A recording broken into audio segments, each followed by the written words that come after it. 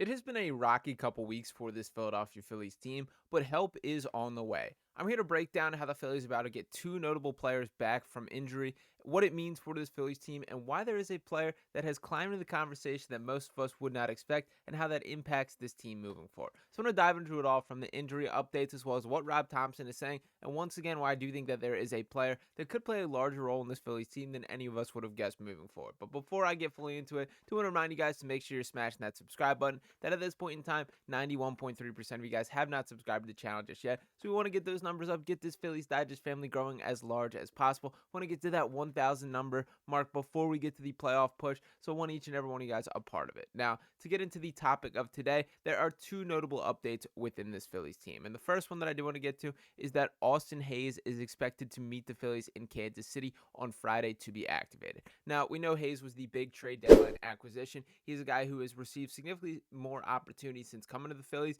and honestly has played pretty solid since playing in an everyday role. This is very clearly a guy that the organization views positively, and we've seen some positive results of that, reaping the benefits of a couple home runs that he has added some really nice at-bats, hit a couple off the wall, and he is a guy that does seem like on the pathway to keep that left field spot locked down on a regular basis moving forward. So nice to see that he does look fully healthy. He has participated in a little bit of rehab, in which we got the update that he went 1 for 2 with a walk in his first rehab game for AAA Lehigh Valley there. This is a guy that will change the picture of this Phillies team and really cement their outfield to be a little bit more solid than the nights where we're seeing, Johan Rojas struggle at the plate, Brandon Marsh, who's looking like a lost cause, and I want to get back to him in a second. So excited to kind of get this notable piece of the puzzle back in action now.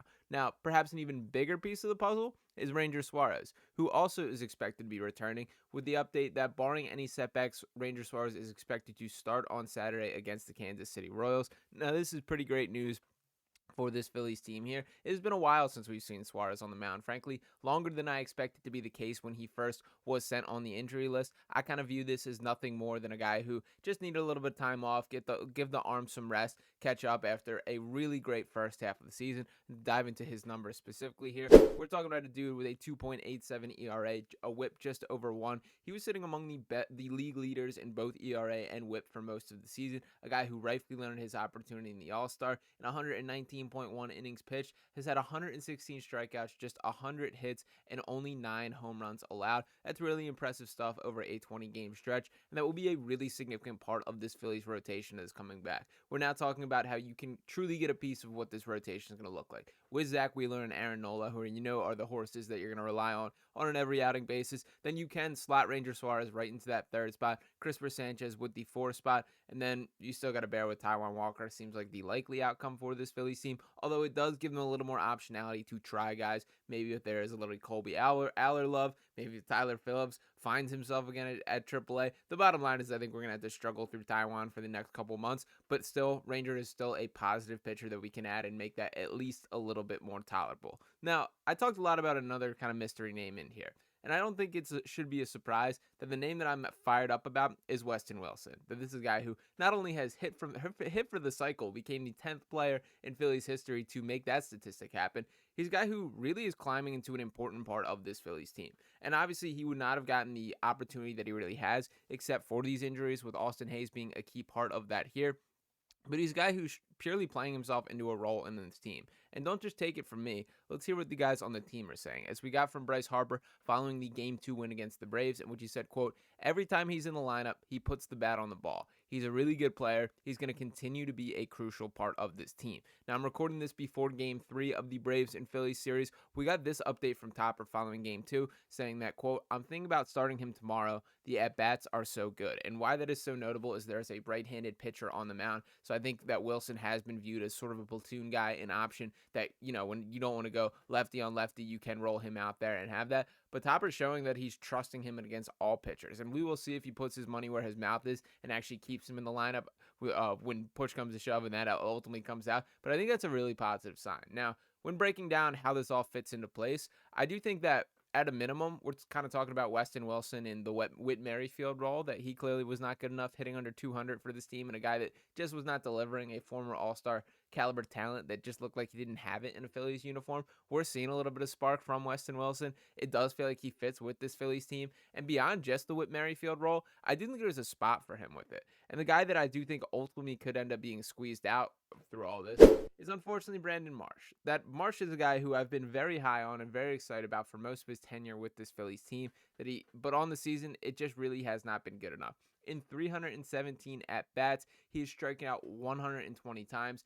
That is the biggest struggle for me. Now, in Marsh's defense, he did have a big, crucial sacrifice fly that ultimately was the game-winning run in the Phillies in the 3-2 victory in game 2 of the series, but there has not been enough of that. That strikeout rate, about a third of his at-bats being strikeouts, is just not good enough. And that was kind of the book on Brandon Marsh when the Phillies initially traded for him, is that the fielding was there, but the hit tool was still questionable. It had been really kind of the opposite for most of his tenure here, that he exceeded expectations at the plate, but the glove had not been quite good enough. But when kind of balancing these options, Johan Rojas is still going to have a better glove than Brandon Marsh. And if Marsh is not bringing things with the bat, then all of a sudden we're kind of having a different conversation. And that's where I do think Weston Wilson comes into play.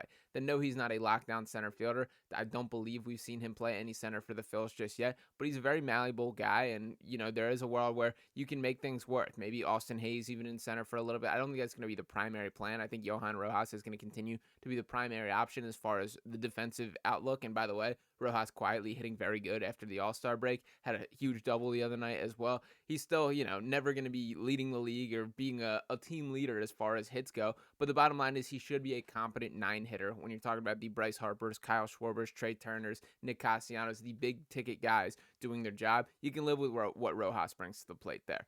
But beyond that, I do think Weston Wilson will be a guy who continually finds a way to fit himself in. That he can play a little infield in addition to just outfield. That for a guy like Edmundo Sosa who seemed to be carving out a niche as that, shortstop, second baseman for the Bryson Stott and Trey Turner off days, maybe Weston Wilson can be a guy who can slot in there a little bit. I do think the bat might be good enough that you need to find ways to get him at bats. And this might be simply a hot streak, but if it is, I still want to ride it. I still want to give him every opportunity to get as many at-bats as possible and see what's legitimate and what's not. Can he hit righties? Is this only an off-the-bench lefty? There's very much a world where when we flash forward to the postseason, you're going to need a high-level pinch hitter. You're going to need a couple opportunities where a guy needs to come off the bench for the Johan Rojases of the world and have an opportunity to really square one away. You got to figure out who those guys could be right now, and Weston Wilson surely at the front of the line for an opportunity there. So it will be interesting to see how Rob Thomson manages kind of the outfield rotation moving forward. It is nice to have all these guys back that this team needs healthy and just needs the additional bodies. They're still far from playing like their peak and have a ways to go, but it's intriguing that these names are returning. Hopefully Ranger Suarez is back to dealing his best stuff and Austin Hayes can pick up where he left off, but I do think this Phillies team may be trending in the right direction. Still a long ways to go. We need to see them, produce at the level that they have teased throughout the season and over the past 3 seasons, but overall, we will see how things shake out and excited that it is a good thing that the bodies are coming back. Now, one more time before I hop off, just want to remind you guys to make sure you are smashing that subscribe button. Once again, just 8.7% of you guys have subscribed to the channel just yet. Help me get to this 1,000 number mark for the subscribers here. We got a lot of baseball still to be played and want as many of you along for the ride as possible. So appreciate each and every one of you guys for tuning in. Make sure to drop a like, subscribe to the channel, and we will talk next time. Peace.